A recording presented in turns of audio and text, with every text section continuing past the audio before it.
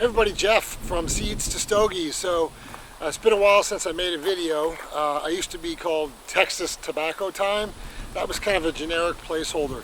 Everybody on the YouTube pipe and cigar community have to have a passion about what they do. Mine is gardening. And I'm actually making this video from a community garden that I helped build several years ago. And I won't show you that, that's for another episode. But what got me into gardening a few years ago, the very first crop that I grew was actually a tobacco plant. Now I'm full on to it with the tomato plants and the pepper plants and all that. So future episodes of From Seeds to Stogies, what that means is, certainly in this episode, seeds being tobacco seeds to cigars or pipes or anything like that. So that's what this is about. In this episode I'm going to show you in the community garden I grew a few tobacco plants. And I grew a Shirazi tobacco. So Big Jake and I, you can look up Big Jake on the YouTube pipe community, and I decided that I'm really horrible with handyman projects. He's good with that. He's going to build a tobacco kiln, and I'm going to do the gardening since that's what I'm passionate about. So I'm going to focus on this episode about growing your own tobacco, because what Jake and I are going to do is I'm going to grow it and he's going to ferment it and cure it. And so for this episode, let me show you a little bit at the intro what tobacco seeds. So those that haven't grown tobacco, first off, you have to live in a relatively hot, humid environment like Houston, Florida, Arizona, Southern Cal, Georgia, Mississippi, Alabama. Those tropical type environments are perfect for the tobacco plant. The tobacco plant's part of the nightshade family, just like tomatoes. So typically, where tomatoes do well, tobacco will do well as well. So tobacco seeds are actually very small. They're smaller than a grain of sand. So I'm going to hold these up. And what you can see there is about 1,000 tobacco seeds, all in this little pouch. You'll see there Shirazi tobacco, Syrian tobacco. And it takes about, you have to start seeds indoors under grow lights. But once it gets growing well. So this Syrian tobacco that Jake and I are going to use for Latikia, for pipe tobacco, this is a type of plant that's used for Latikia pipe tobacco. This plant will grow to about 4 or 5 feet. And I'll show you what the plant looks like in a second, but what's amazing, and I'll hold up a leaf, is that these 1,000, 2,000 seeds will produce one leaf that's this big. So this is one tobacco leaf that I cut off of our plant. Now let me hold it next to my head. I have a very large head. It was always a problem in football, but look at the size of this leaf in comparison to my head. So I've cut this down, and we're going to dry and ferment this and smoke it to make a Latikia, but this is just one leaf. I'll show you what the rest of the plant looks like, and hopefully encourages you guys to grow your own pipe tobacco. Have fun, experiment. You can certainly grow Virginia tobacco, Burley tobacco, Kentucky, Pennsylvania, Syrian tobacco. There's all different types of tobacco. You can buy your seeds on eBay. You would need to buy some grow lights. Once they start growing and they get to about a foot high, you transplant them outside. Once they're outside, they probably need 8 to 10 hours of sunlight a day, consistent watering, and then voila, in 4 to 6 months you'll have your own tobacco plants with several leaves like this. So let me show you what the plant looks like, an up front close view of this Syrian tobacco. Hey guys, so I hope you can see this, but anyway, this fell over, but here is the plant. So the plant is, again, 4 to 6 feet high.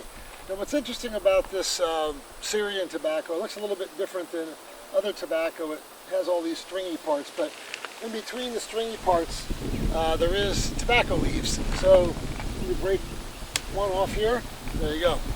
It's a tobacco leaf fresh off the plant. Now those that have never grown your own tobacco, it's very sticky. It's kind of a sticky residue.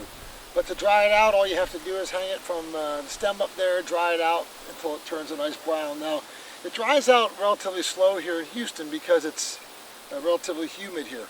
80% humidity, 100% humidity. So it dries out nice and slow, but This is the thing that all you pipe smokers cherish. Now, it doesn't even matter that there's some holes in this, because it's not like a tobacco leaf where it would be a cigar leaf. It would be a wrapper, and you would wrap this whole thing, and you don't want any blemishes. Pipe tobacco, as you know, gets shredded anyway, so it really doesn't matter. The thing I wanted to show you is that at the top of the plant, it's pretty cool. At the top of the plant, there's a bunch of flowers, and these flowers here are what makes the seed. So there's little seed pods. I'll show you a close-up of a seed pod so you can see what it looks like. But I'm going to basically harvest this whole plant today, and you know, the crop was okay. This is our first time trying it, and I probably neglected being out here enough, but we got a few decent sized leaves and enough for Jake and I to start out a crop. But let me show you real quick what a seed pod looks like, or actually flowers look like that create the seed pod. So let me show you an actual seed pod. If you actually look at a seed pod, flowers, the top of most all tobacco plants have a top that looks like this, okay? And they create beautiful flowers at the top, and they'll get bees and all types of stuff in there. But let me just give you a close-up. I'll get out of the view here. But each seed pod that looks like this, okay? See where my finger is here? That will get brown, and inside of this, it'll dry. And when you shake it, you will hear 1,000 like grains of sand. That's where the seed is. So each one of these on this plant is tobacco seed, like I showed you in that bag. Now, one of the good things that it's really good to do is when you're gardening, create second generation and third generation of the same tobacco. So what I mean by that is the plant has already grown in the Houston environment, in the soil, etc.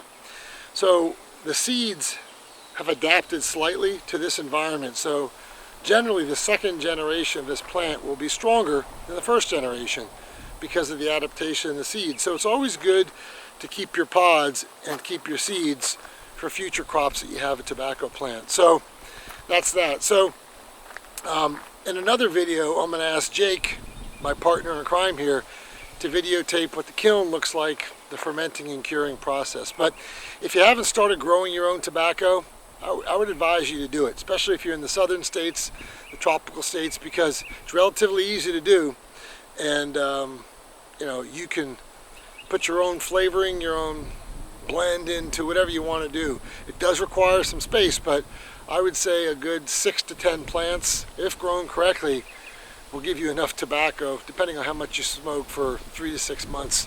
And it's fun to experiment and blend and so forth. It may start you off into a vicious pattern like me, where you then get into carrots and tomatoes and peppers and all that. But if you're doing it just to grow your own tobacco, it's great. Plus, you also know what goes into your tobacco. This has been completely organically grown, no chemicals, etc. Now, what I will say before I end is what you typically should do is when you see the seed pods forming like this, number one is you should clip them off, because that sends the growth to the leaves as opposed to the energy of the plant to the pods, and you'll get bigger leaves. But you should always leave one plant with the pods, because this is probably 100,000 seeds right here. It's more than you could ever need. So if you have 10 plants, cut all the top off, all these top flower pods off on 9 of them. Keep one, your strongest plant, with the seed pods for your second generation tobacco plants. What that does again is it keeps the energy of the plant going to the leaves, so the leaves get bigger, which is what you want for your tobacco, and less energy toward the flowers. The second thing I was going to say is don't plant the same type of tobacco within a mile of each other, because what's going to happen is that bees will pollinate this flower, then go on to another tobacco plant, and then you'll have a cross of a tobacco plant. And your seeds will be a cross of maybe a Burley, a Virginia, and a Syrian tobacco. So if you're going to grow one plant, one crop in your backyard, stick to one. What you can potentially do in our situation, we're going to grow Syrian, which will be turned into Latikia. We'll buy Virginia or Burley or Perique from some other source online. There's a bunch of people who sell those type of leaves online. Anyway, I hope you've enjoyed this episode from Seeds to Stogies, and hope you tune in next time. If you haven't subscribed, please do so. I'd love to have you a part of my channel in the YouTube pipe and cigar community. Have a good one. Bye.